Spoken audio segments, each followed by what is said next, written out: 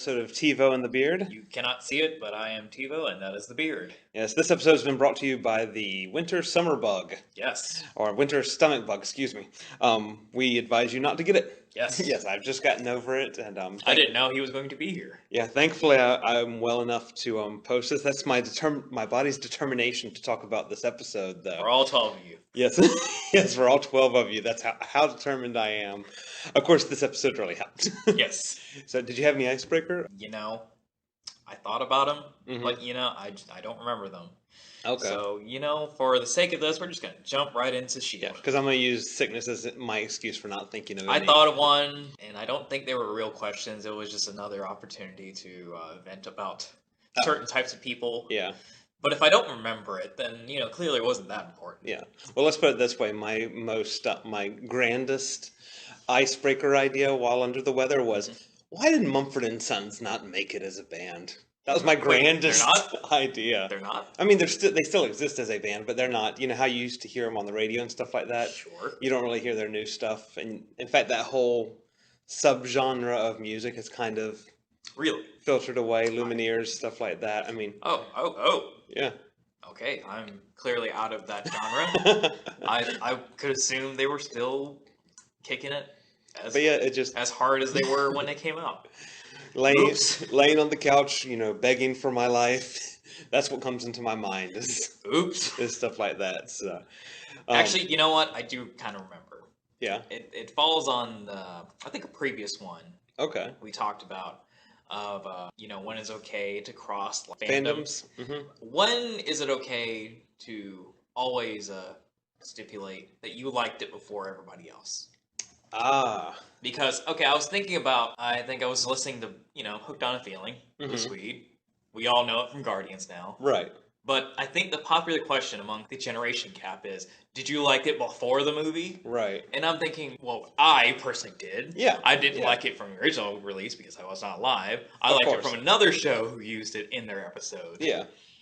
But at the same point, who cares? We like the song now. Right. Isn't that kind of, I think there's... when is it okay to flaunt that? But also, on the flip side, when should, the new people like it now, should always credit that, it existed before. Well, I think credit should always be given to the generation or generations that brought it to us. Yes. Like that entire soundtrack for Guardians of the Galaxy was brought to us by a generation that was even before me. Yes. Because a lot of that's 70s music on there.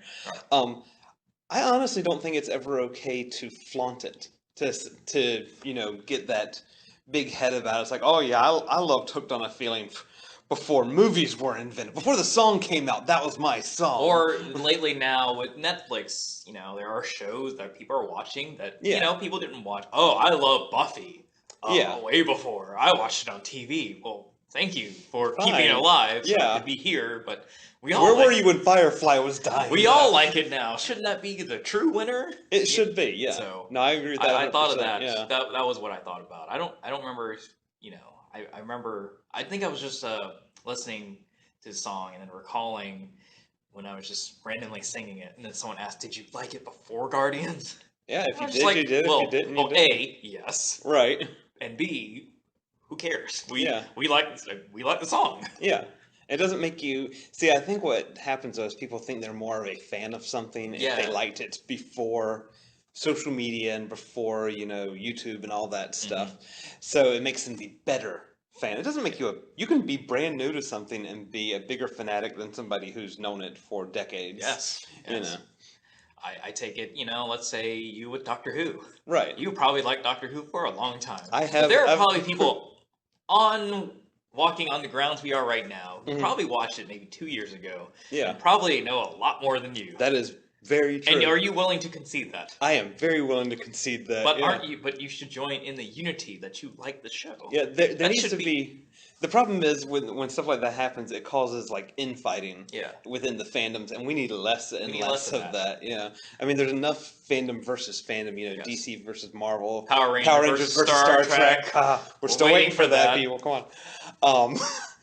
There's enough between fandoms, so we definitely don't need it within the fandoms. And this to use the H word, this hipster quality. Yes. Where people claim that liking something before other people did or before it became widely known, you know. It's like, well, we both watched Fuller House. We enjoyed Fuller House, but we watched Full House. Yeah. That doesn't make us better Fuller House fans. Yeah. That just means we get more of the inside jokes. Oh, well. Oh, well. You know? Oh, good point. Yeah. Good topic. Yeah. Now on to S.H.I.E.L.D. Now, S.H.I.E.L.D., which we were totally watching before this episode. Well, I hope so. Well, you know, I don't mean to sound hipster and pretentious, but I can honestly say I like Coulson a lot longer. Yeah. And I was here from the beginning, so I can be one of those people. I've been watching Coulson since The New Adventures of Old Christine. Harder. Yeah. But what did you think of the episode? It was the mid-season premiere. Right. We are back from winter break. Yeah. Last time we left him, Ghost Rider left us, and we learned that May. No thank you note, nothing like that. Just went off into the sunset. For all we know. Yeah. May is not May in the base. She is taken over by a life model. Right. And the episode picks up from there. And it took me about a week into the LMD acronym to realize that meant life model decoy. Oh. I was sitting there like, what in the world does LMD mean? If there was, you know, here's my geek card. We're gonna have so many of those fans we just talked about. I know. We're gonna get 12 nasty letters from them now. But what did you think of the episode? I think this is the way you do a mid-season premiere. Yeah. Right here. Yeah. This is because for some people, you know, a lot of the older shows, you just had a season. Then you had a break, and then you had another season. There wasn't any of this breaking apart seasons like they do, especially with superhero shows. Right. So whatever happened in season 1, if it didn't carry over to season 2, you really didn't care, you know, sort of thing. Where with this, you have to keep kind of remembering what happened at the end of the mid-season break. Yes. And then they have to connect it to that, and they have to pull you into what's going to be going on. Yes. So if you were just watching season 4 because of Ghost Rider, well, that arc ended. Yeah, but they have to. So they ended it with the life model. Yes. And they brought that. Not only did they bring that back, but they took us for a ride. Yes. With it. I mean, I was expecting this to be a good episode. I was not expecting it to be a great episode. It was different. Yeah. I think maybe because, you know, we're veterans of the show. Yeah. I've watched it for, since its inception, and it definitely, the show definitely takes me on a ride sometimes. Yeah. And you're right, it is a lot different. You know, if you were watching it for Ghost Rider, which you should have. Right. It was great. I hope in some ways that was like the company's version of a very long test footage or a long backdoor pilot. Because, the producers have kind of blatantly said that there's a reason why Ghost Rider's not back. It's not a story issue. It was a money issue. Right. And that's okay. Yeah, I mean, we kind of talked about that before the season even started. Yeah. But if it means we get a Ghost Rider show at some point, or movie, or a combined effort of, whatever, then that's great. I appreciate him being on this show first. Yeah. And then doing that. So, Ghost Rider aside, I knew the life model decoy was the arc. Right. But, they only said life model decoy. They didn't say anything else. So, the Senator Nadir's brother. Yeah. That was an interesting turn. Yeah. The true villain behind life model decoy was a turn. And I like that they still are keeping the Darkhold in play. Yeah. Because that was the thing when, Ghost Rider left. You're like, oh, okay, all the mysticism stuff. I guess we're going back to technology now. No, we still got this. Yeah, we still got technology is still here. Yeah, but the life model is still in place. So it's that notion you were saying that you still have to remember stuff from the last time we saw them. Right. Yeah, because there is still stuff that affects that. For example, like you said, the senator's brother fully hatching. Yes. So he's out of his shell. Yes. It appears. Yeah. It appears, let's not skip to the end already. It appears that when he's first released, though, he either is very good at lying or he doesn't realize he's inhuman. I'm going to go with doesn't realize. I think, the way they played it, and by the way, I love that actress. Yeah. In other works. when she was on the blacklist, spoiler, she gets killed in, I think, season 2. That killed me. Okay. I hate her here. Oh, I know. I hate her so much. Yeah. It's almost starting to be a point where I'm almost taking it out on the actress. That's how good of an actress she is. There were points in the episodes like, stop. Yeah. I want to hate the character. You're bleeding it onto you. Yeah. You're bleeding it onto you. No, I don't want to hate you. I want to hate the character, but it's too strong here. You need to pull it. She played it too well. Like we've warned you, I almost said listening viewers, before. These are all spoiler-full episodes. Just the first scene where she was about to kill her brother. Yeah, well, with that one, she was going to have her brother killed, which when you get towards the end of the episode, is a big difference. Still on the same, level. But she's hired she works with the watchdogs. Yes, as we saw in a previous episode, she is the one that we thought was heading the watchdogs. Right, but she's not the supervisor. Yes, she's the middle management. Right.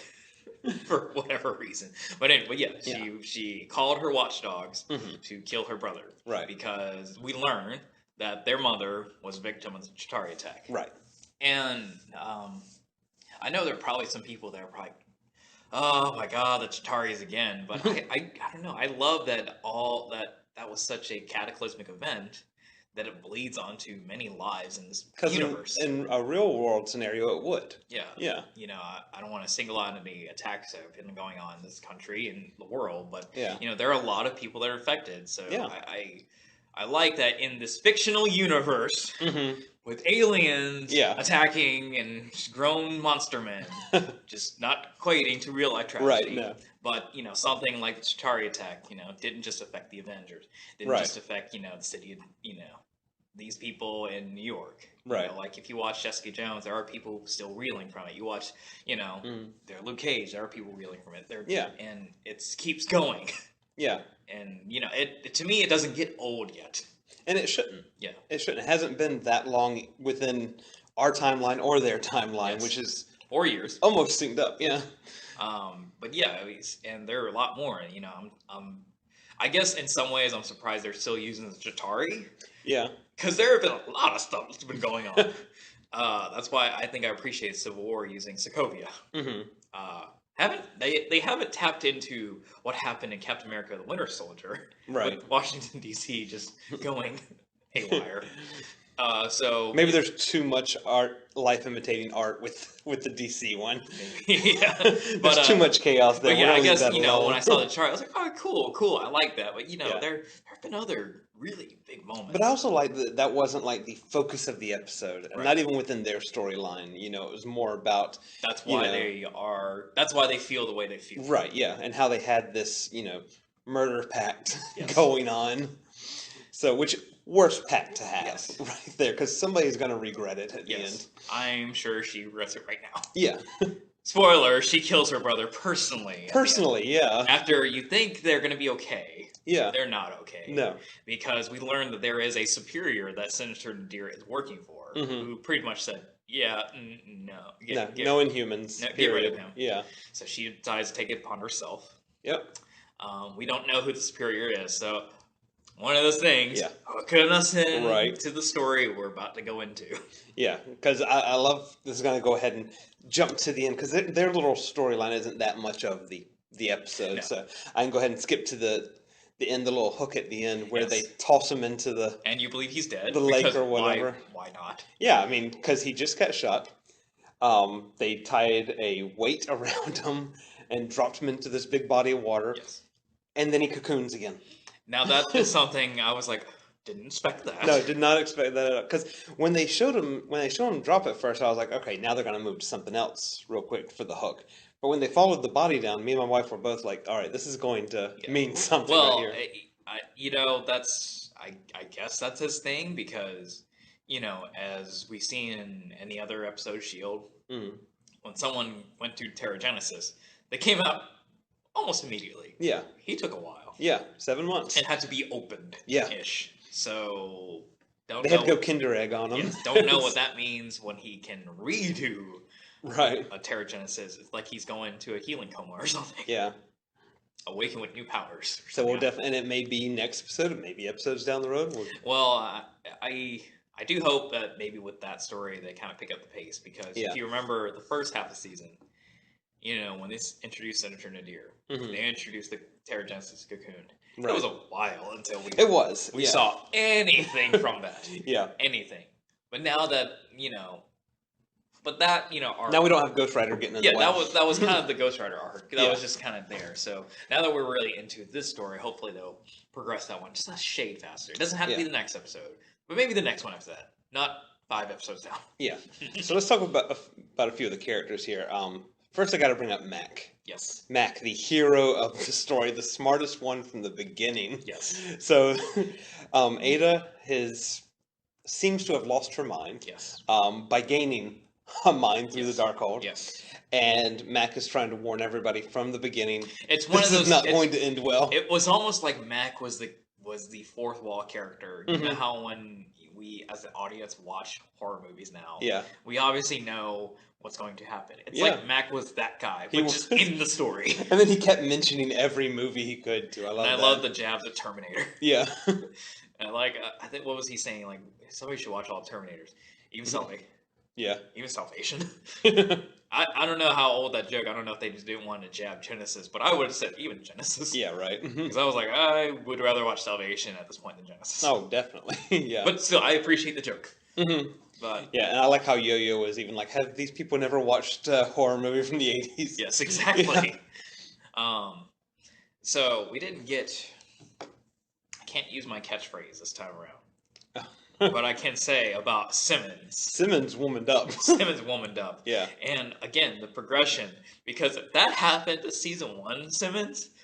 Oh, she'd been dead. She'd been dead, or we had to have an arc where they have to go rescue her. Right. Nope. Yeah. Nope. Not this time around.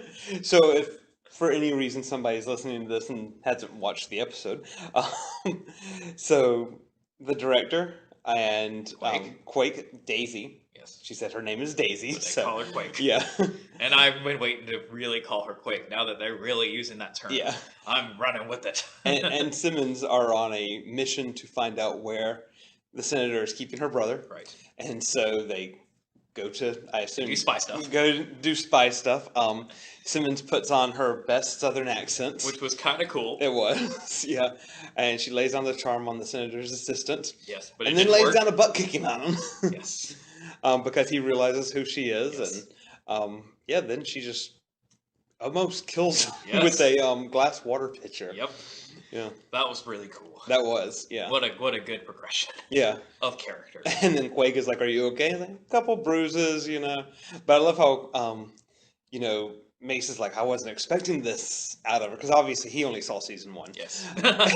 And Quake's like, "Yeah, she's been kidnapped like 3 times. Twice on this planet. Twice on this planet." Yeah. And I just love how he's confused. Like, I should have done research on these people.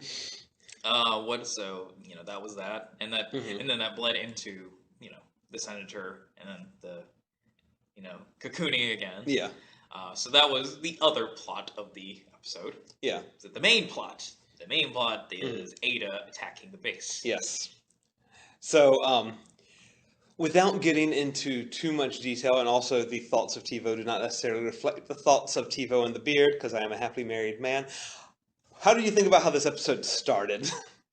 Oh, well, first of all, since you're going there. I'm going there. I loved it. Yeah. But... it was very Whedon-esque. Yes. But, however, I just Google how to make a sociopath look sexy. Aesthetics aside. Yeah. I still enjoy how she is really good at playing an android. She is. The first scene after that, when she opens the door and talks to real May. Yeah. The expressions on her face just look very good, robotic. They do. And I really appreciate that. Yeah, it's a weird blend though, because it looks robotic, but it also looks, it looks like a human made to look like a robot. Yes. So it's that meeting right in the middle. Yes. So it almost freaks you out. Yes. Watching it. Yeah, I noticed. It's like, did they actually make an android for this part? I noticed that, and that was just really good on her part. Yeah. See, she attacks the base, and because she controls her entire operating system now. and May, but I kind of find it funny that life model May. But I guess that is the point of a life model. You're not supposed to know. You're a life model. So she is ready to attack Ada. Yeah. Even though, you know. And Ada says, nope, power down. Yep. And then power up. Yeah. Oh, no. I've inserted a video camera. Well, you know, I wonder. I actually wonder because there are some moments where, you know, I don't know if it's a choice by Ming-Na or the writers and directors, but there are some points where you think she knows. Right. She knows her objective. And there are some points where you're like, oh, no, doesn't know. Yeah, like when she looks up at the security camera. Yeah. But then she rushes into the office to talk about something S.H.I.E.L.D. related. Yeah. You know. So I wonder where they're going to go with that. Yeah. And I was so scared that Fitz and Dr. Radcliffe were going to be life models coming back to the base. Oh, yeah. I was like, oh, no. After they have their butts handed to them. Because we didn't see exactly what they did from that point into coming back. Right. But lo and behold, spoiler. Yeah. Well, Dr. Radcliffe's a little safe for being a life model. Yeah. Because he is insane. He's the bad guy. Yep. I was like, why? I liked you the whole season. That was a beautiful twist, though. I love the way that they handled that. But because up to that point, you're kind of feeling sorry for him. You like Dr. Radcliffe. Yeah, I like Dr. Radcliffe. And I want to like him as a bad guy now. Because you're looking at him, you're like, he spent his life creating this thing, getting to this point, and now it's all been ruined, and now he has nothing to show for it. It's not ruined. It's a work in progress. Right, and there's more than one Ada. Yes, but I'm not surprised about that. No, I mean, if you're building life models of people, I'm pretty sure he can make more than one Ada. Yeah. But I wonder if that one is still called Ada because he was toasting to it, like a goodbye to Ada. When we're looking at another Ada, right? So are you not Ada? Are you a different person? Right.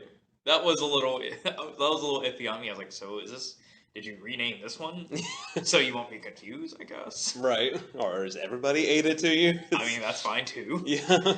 But we see Dr. Radcliffe is seduced with the Darkhold. Yes. So whether or not, at the beginning of the season, whether he was a good guy or not, we don't know yet. Yeah. But for all purposes right now, we're going to blame Darkhold. Yeah, it's definitely the Darkhold, Even though he has some experience working with bad guys and having that power for a little bit. Yes. So. Because it does seem like as a bad guy, he's going to be one of those bad guys with good intentions. Yes. Well, that was, I think that's his argument since, like, the beginning of his character. When we met him. He's like, we're bad people, but, there's a better purpose to why. Right, yeah. Or, in Hive's case, I was being threatened to die. Right, yeah. So... gotta do what you gotta do. It's like, buddy, do I die or make these things? Yeah. I like living, so I'll make these things for you. Yeah. What do you think of? Well, what do you think is going to happen next? What do you lightly, because we don't know. Yeah. But what do you want to? Well, for one, I want to find out because Coulson brought some food over for him and May to eat. If she is a life model decoy, where does the food go? I like to think that that they thought of that, and there's like some kind of energy processor in there. Right, yeah. I'm pretty sure a compost processor. Because she has to be able to eat, or that's going to give it away right there. Well, the fact that they bleed, it's that intricate. I'm pretty sure they've handled, food. Yeah. Now, if that food has to evacuate somewhere, that would be interesting to know. Yeah. Because I like to think inside there's like a heater or something, and it just incinerates. Just turns it into energy. Yeah, sure, whatever. So if they have to evacuate this somehow, I'd like to ask Dr. Radcliffe some questions. Yeah. not that I'm disputing it. I want to see. Yeah, just out of scientific curiosity. I want to see life models poop. That is a TiVo request right there. That is not on the beard. But I am more curious to know who the superior is. Yes, definitely. Is it a bad guy or is it Talbot? Right, because they did mention Talbot in this.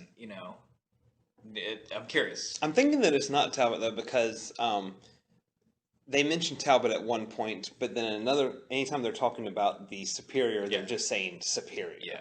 So Marvel is good at hiding things, so I don't think they are ready to show. Until they are ready, yeah. So that's, I think, number one. I want to know who's the superior. Right. Yeah. And I'd like to see a couple more life decoys come out before S.H.I.E.L.D. kind of gets wind of what's going on. Not necessarily Coulson, even though that one of the last scenes there kind of makes us want to think it's going to be Coulson next because they're doing that zoom in on him. Maybe. I don't know. I think it would be too obvious of a choice. You know, taking somebody like Fitz or Simmons next would be less of an obvious of a choice, plot-wise. I don't know. I think interesting one they could, like, if they replicate Yo-Yo. Oh, yeah. Because then you wonder if she can do her thing. Yeah. Or maybe they won't because they can't. So they won't replicate someone who obviously has a very big tail. Or for ultimate revenge, since Mac is the one who beheaded Ada, make a life model of him. That's true. Yeah. Speaking of that, thank you. Yeah. I am so thankful he used the shotgun axe. Yes. Specifically the axe part for its true purpose. Yes. Because, when you have a shotgun axe, if you don't shoot them, there is strategically there's another use for it. Yeah. But when we see him butt the butt of the handle against the opponent, it's like, you have an axe. Right.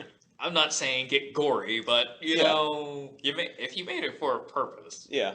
And it was this purpose right here. Why are you using the opposite end of the axe? And it was kind of funny because my first thought when Evil Ada came up was chop its head off. Yeah. Because I've seen enough horror movies and that's always the answer, chop the head off. Well, thankfully Mac also saw the same horror movie. Right. And he was on the same page as you. Yeah. He just had to find her. Yeah. I like when Yo-Yo starts quizzing them too. Yes. Of course I've seen Chopping Mall.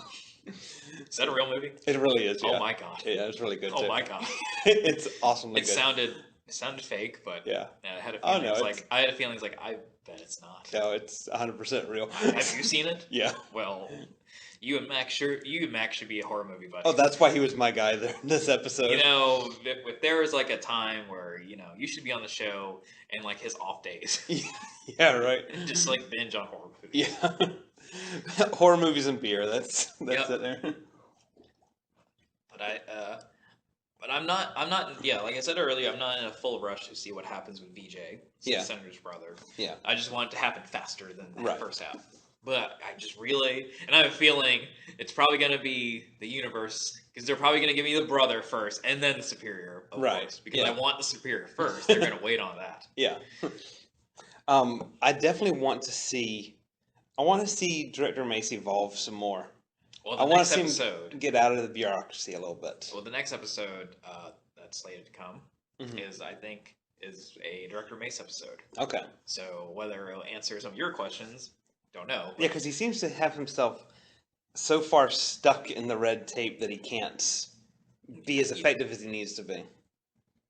I think as the events hopefully play out, hopefully he is also. Hopefully they don't make it a twist where he's the superior. Yeah, no, I think. I think that would work as well as the Zoom twist did. That's true. Yeah. So don't do it, Marvel. But I hope in that case of what you want, maybe as he sees it unfold, especially the way the show unfolds, that he'll come around. Yeah. But he is he's not been in the job long. Right. Yeah. And he is a bureaucratic guy. Yeah. No. So it's one of those things. Like it took Coulson to die, right, to not be the company man.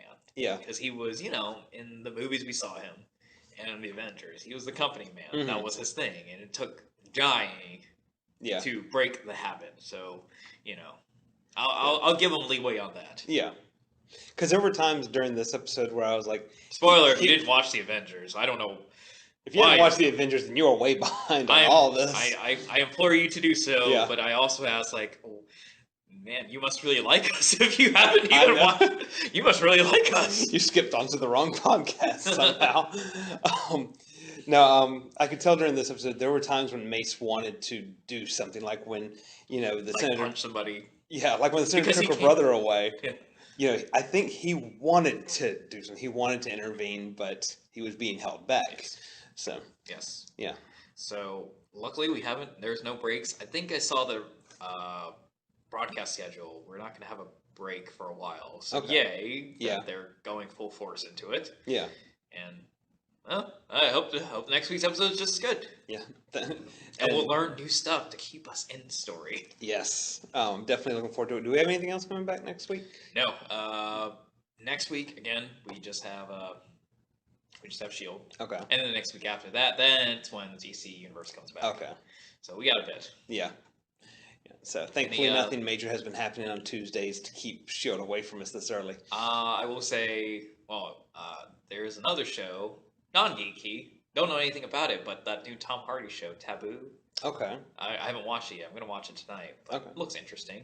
Okay. Might be up your alley. It looks horror-ish. Yeah. Have you seen previews about it? I've not, but speaking of horror-ish shows, I've been watching Crazy Head on Netflix, and that's what is that?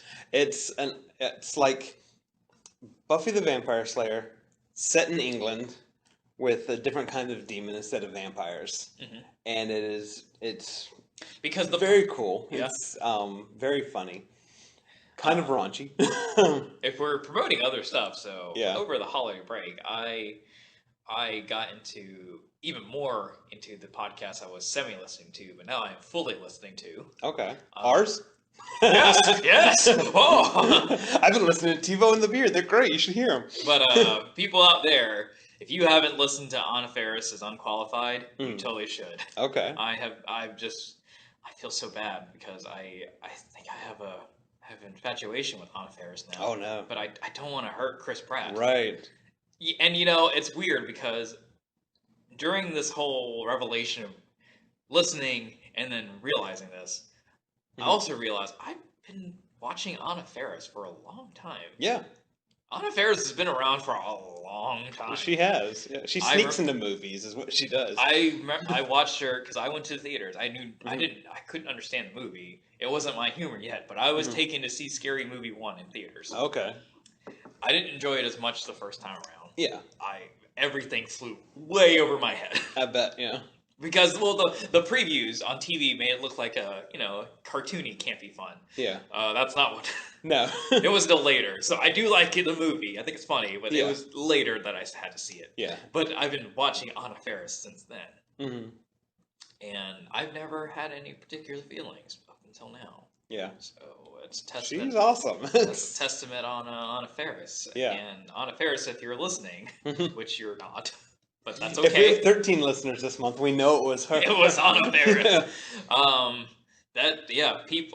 People out there, go listen to that podcast. It's really funny. Yeah. It's really funny. It's also raunchy. Yeah. There are things that I can't believe. I wonder if she takes it home to Chris Pratt.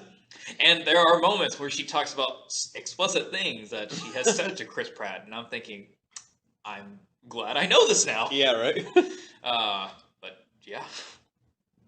That's awesome. So since we just plugged in two other things, thought I'd put in Anna Faris as Unqualified every Tuesday. Yeah, there you go. Like us. We're like us, yeah.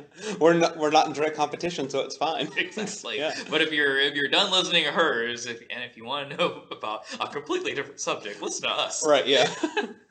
Or even better, you listen to us first, and then you get your raunchiness afterwards. Yes. Because we do try to keep things as clean and we relatively try to be clean, but or the other way, if you need to wash off with us. Yeah. If you, we're like the after dinner mint. Yes, there you go. Yeah. But until next week. Until next week.